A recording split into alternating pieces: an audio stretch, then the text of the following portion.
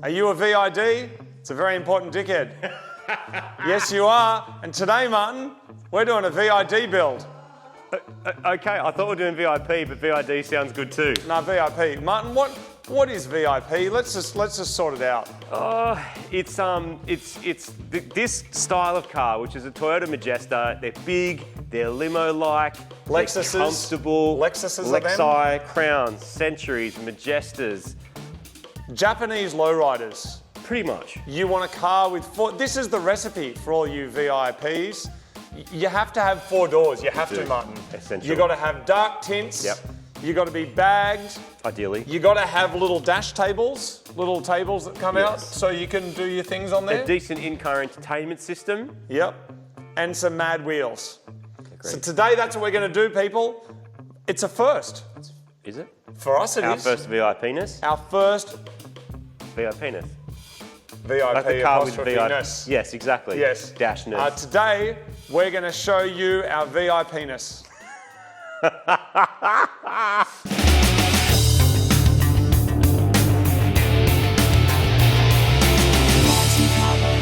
Welcome to another episode of Mighty Car Mods. This here's a Toyota Majesta. It's got a V8 in it, 4.6 litre. It's mad. Whoa, just got it. We versed it against a Toyota Corolla recently, which cost about the same to buy. In Japan, if you go and buy a Corolla, and then you go buy this, it's about the same amount of money. Yeah, we're going to address it? Sorry, I have to address the thing Please quickly. address it, go. All right, so last time we did this video, people in the comments were going, you can't say how much the car cost. You have to say how much the car cost in your country. I disagree. To you. I actually disagree. And the reason is that a lot of countries have all sorts of taxes and stuff that are loaded on there that don't actually give you any value of the car. So yes, this car was $3,500 in Japan. That is the cost. To get it to Australia, you've got another $1,500. You've got compliance, you've got whatever, you've got all of those things on there. But I still think it's a fair comparison to go, what do you get in this country for the same money as what you get in this? And someone, oh, but I had to get it to Antarctica, so that's different. It doesn't matter. The actual cost of the car in your country is a fair comparison. Of course, if you want it landed, it is a different cost, but then our video wouldn't work because we wanted to say both cars cost $4,000. Yeah, but if you go and buy a Corolla in Japan, that kind of car is going to cost about the same. That was the point, is you can get something like this in Japan for about that money, or you can get a hatchback, which actually would probably cost more, being an eco car, right? Yeah. Our experience at the like auctions, the they end up eco-ness. costing more anyway. That covers that off. But today, people, it's all about modifying our Mad Majesta, which was cheap. We're going to be modifying this thing on a budget. What are you pointing at? Nothing. All right. What are you pointing at? Nothing. We All are right. going to be modifying on a budget. How can you do some mad, simple mods on a car like this to just add that extra amount of Penis. extra amount? Penis. That's just a thing. What are we doing? This car's on jack stands. The RX-7's on jack stands because I stole his wheels. And we're going to put the wheels on this, and if he's got a problem with that, he can right off. All right. Play the music, Martin. I'm going to get inside. Actually, look at this. I want to show you something. On the inside, look at this. Come around. What tools do you need? Just your hands. Look at this. That comes out. Wow. This one, see this little bit here? Yep. That just comes out. This one over here, Martin, that just comes out. No screwdrivers required. No screwdrivers required. We're just going to take this off as well, Martin. This comes out, and then, see, we're already halfway through the video, Martin. That comes out. Cool. What are you actually going to put in? Should you tell the That people what comes you're out. actually going to put into it? Pulling apart this Toyota is like deconstructing Lego. It is easy, almost no tools are required. You just have to rip it apart in the right order by hand. We need to access all of the wiring looms behind the DVD player and the screen so we can intercept them with the first of 2 magical boxes that we're going to be installing today. This will keep the interior looking totally factory, but with some modern updates. Basically, the only thing we needed to do, other than using hand hammer and ripping things off, is there were 6 10 mils there, and now this here should, hopefully without too much drama, just pull out. There we go. And that is a Majesta pulled apart, people. So now we get this little kit that we've got, which is a little CarPlay kit, and we start installing stuff. That was very quick and very efficient. I am excited. And if you have a car with a built-in entertainment system like this, you should be excited too, because these kind of interfaces have taken off, bringing 1 or even 2 decade-old cars back into current tech. The The boxes themselves intercept the video signal and the touchscreen signal, which is all they need, and best of all, your original stereo and tech all works exactly as it did before. So while I'm in here and while the stereo's out, we are going to connect up our airbag control module, which I'm the most excited about of all this. But look how many patch harnesses there are. So this is the Majesta. This is a random patch harness that we don't know what it's for, but it disappears into the car somewhere. This is the one for the stereo, and this is the one for the airbag controller. It's kind of cool though that by adding in stereo stuff, you're also accessing suspension stuff. Yeah. Like you're lowering your car from the dash. Yeah, using all the like speed control signals and stuff that are up here. I just think it's hilarious that there's this many of them. Like, it's so many. And where does that even plug into? Probably DVD player. Yep. Look at that. Click. There it goes. Or is it that one? There we go. So this is not the first CarPlay interface that I've messed around with. You can actually get these for a bunch of different models, particularly cars that have these built-in screens. Like Marty's Land Rover. Exactly, and around this era, which I think that was in 2010. Dickhead. It was good. There's a photo of it on our socials actually when we went four-wheel driving. Remember there was like 5 four-wheel drives and mine was one of them? Yeah, no one even mentioned it because no one cared. Yeah. I did have a Land Rover And Discovery no one wants to 4. admit that. It was good until it blew up, which they all do. Your actual car was very important because the Discovery 4 has a split tailgate. Yes. Those are the cars that Top Gear have been using for years to shoot because you get some kind of structural rigidity out the back. They close them up. People put harnesses and stuff in them. And flip Whereas open the the new back. Disco 5, that's not called a 5, it's just called a Discovery because I learned that. Correct. It doesn't do that, therefore they can't use them. So lots of film crews, generally doing TV commercials, feature films and stuff, Yep. they want the Weird Beard Disco 4. And you were the Weird Beard owner of one. Yeah, for a bit, and it was good. Towed well. It's really good. We actually towed the Brumby up to that track on the back of it, and that's Yes. what killed it. So anyway, they make a lot. There's a lot of these you can get for lots of different cars, and then small businesses and little manufacturers will make the kits to fit cars like this. And I think it's awesome that this stuff exists because otherwise you're stuck. Like you got to get some doubled in thing. This is just a nice clean way of doing it, but there's a lot of wires, and you get stuff like this happening where they go, "Here's the microphone," and then put a sticker on it that says "No use." Like, I mean, is it quicker to put a sticker on a microphone telling you not to use it than just pull the microphone out of the kit? I think, yeah, I don't really know. I mean, it's cool. It's a cool box. It does what it says, I guess. Anyway, we got to work out where all these plugs go in, and then we're going to run this wire, which is our speed wire. Why do we need a speed wire? We need it for our air suspension. So we can adjust our air suspension, which we're going to show you shortly after we get this back together. Probably the hardest bit of this whole install is finding space for all the wiring, control boxes and cables that need to be crammed in behind the dash. It's easy to break stuff, but let's hope we don't. We're going to power it up and see if it works. And see if any smoke comes out. Well, that's good. It's got a picture of a hard drive. That's a good or a bad thing. We're beeping because we're in gear.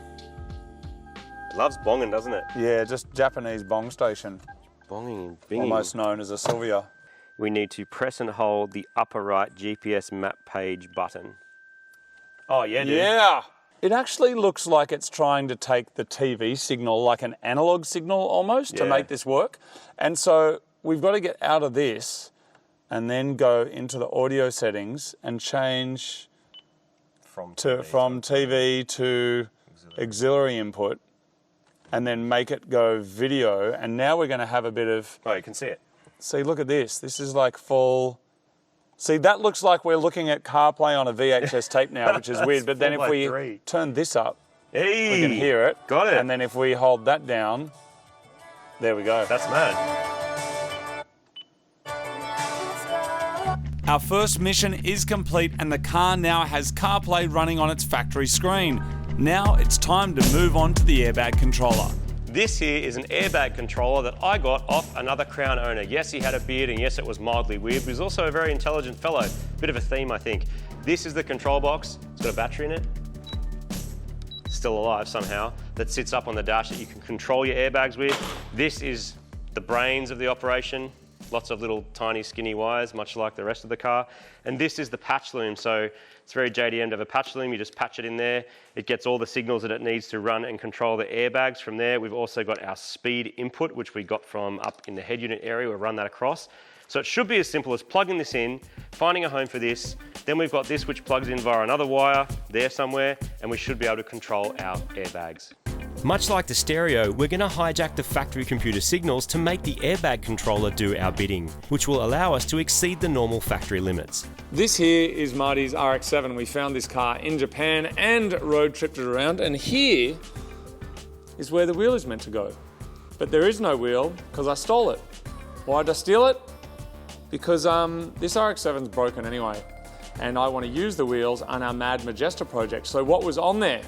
Well, here people, Ray's Graham Lights 57 Extreme. What is Extreme? I actually don't know why they're called Extreme, but we've also wrapped these in some Michelin Pilot Sport 4S high sidewall for high comfort. So this is 245/45 on an 18. That's an 8.5-inch rim, but on the back, we actually got a staggered set. So back there, we're running 265/40. That's a 9.5-inch wide rim for the extra grip we're going to need for that V8 power. This is 5x114.3. Of course, you can run your VIP car with bigger rims, you know, 19s, 20s, 21s, etc. And if you look at kind of some of the stuff they're doing over in America, that's fairly crazy, like a really, really big rim size. But these are here, they're in the building. I've put some good tyres on there. They're going to look way better than what's on there at the moment. And actually, this kind of VIP recipe is fairly simple. Of course, you can go full camber like Stancy Pants. We're not doing that. We're just going to drop it with our air suspension once we actually get that working. Put these Graham lights on, and then it should be looking very VID. So let's throw them on. The airbag controller is in. It beeps and makes noises and appears to make a compressor whir. So I think we're on the right track. Got to go and organise some... Look at these wheels here. Wheels. Weak. Look at these wheels. Tough. If you just come and have a look from over here, look at how strong that is going to look. Look at that. No. Yep. No. Yep. And that is called cycling. Like recycling, you know what I mean? Because we already own them. You know what I'm saying? Why is my RX-7 on jack stands? Because we took the wheels off it. You took the wheels off. You What didn't say, this what are you is doing? me. These aren't going on the Majesta, they're my RX-7 wheels. Fine. Go find a better wheel, Martin, in the building right now.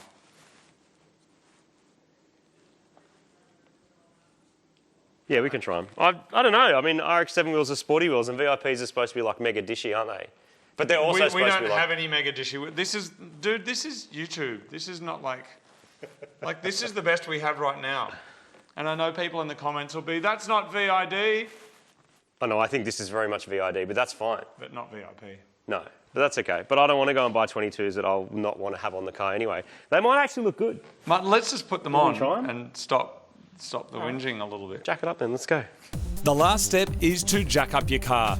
These factory wheels can go in the bin. Now, if you look around the internet, VIP wheels are usually big and full of dish, and they can be super expensive.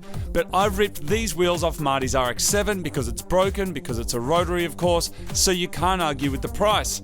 Free. In fact, today's mods, and even calling them that is a bit of a stretch, is basically two magical boxes that make existing stuff on the car do more stuff than they could before, and some wheels stolen off a broken rotary. But a good thing about VIP cars is they're made for big wheels, which means there's heaps of room and loads of fitment options. Alright, time to test our airbag controller. All right, people. Now we're looking high, people. I mean, that's not the shoe that way. That's a shoe that way, dude. That's a shin test. So, what we can do is we'll get a tape measure. Mighty Car Mod's tape measure. Got yourself one yet? Available on the Mighty Car Mod shop. From the bottom of the rim to the bottom of the guard, on the front is 70 centimetres. Whoa! And then on the back, from the bottom of the rim to the bottom of the guard is 66. We should see what the airbag control module has to say about that. A few secret Street Fighter 2 Ryu moves later, and it sounds like it's actually working. By the way, me personally, I used Blanca, and Marty has never beat me in a game. So on the controller, we just found a secret mode, which is called super low, that you kind of activate with a certain sequence of buttons.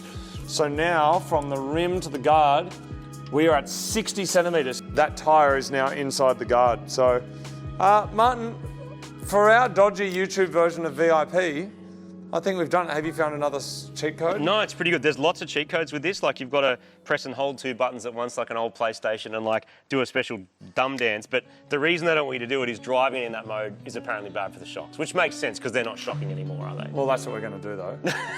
Of course we are. So let's clean up and let's go for a drive. Thin line, no down, no down. Our world will live is upside down. The planet done talking, things are turning around against you and me, him and her. The Mother Earth is unleashing the wrath that humanity's worth. We know what time it is, 2020 year of the bun. What is coming? Gotta be honest here, this shit is bugging. It's the moment of truth, a great example for you.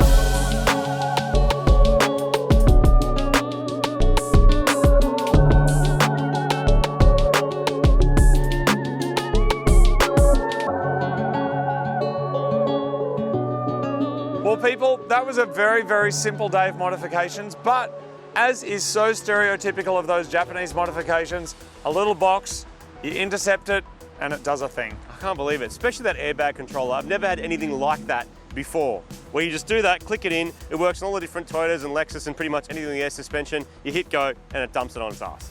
And the pretty wheels, they actually look really good. They dude. work, especially considering we already own them. We'd have to go and spend $5,000 on some brand new wheels. I reckon they look good. And I've got some other wheels lined up for the RX-7. Some of you might have seen them in the background. And if you haven't, hold on to your hat because that video will be out soon as well. Now, Martin, we did manage to drop 7 centimetres, but how do we drop 17 centimetres? What are they doing when they're doing that? Aftermarket airbags that you can fully sack out. I mean, this is still just factory stuff, right? Yeah. Yeah, I guess aftermarket, or you just go coilovers and go static, which is what all the coolest people do. But I'm pretty happy with that because it's a budget car. Did you say the coolest people It's a do that? budget car. Is that Budget, what you said, Martin? Coolest. Budget car, budget mods, looks excellent, still drives great, inside's nice, a lot of stereo and stuff. I'm very happy with the Majesta. It's a car that we didn't really ever intend to own and somehow ended up owning it. And here it is. Yeah. And I'm very excited to take it on its adventure, which is the next time you'll see it. That's right. Thank you very much for watching, everybody. If you do want to support the show, check out the Mighty Mod shop. During the filming of this video, An aeroplane went over. we broke it. What? What do you mean? The CarPlay. Oh We yeah, broke break the cable. We broke the cable and maybe blew a fuse. It doesn't work. Thanks for watching. Bye. We're both getting in the back. What do you mean? I'm not driving. Who's driving? You're driving. Oh, whose stuff is this? That's all my stuff. Oh.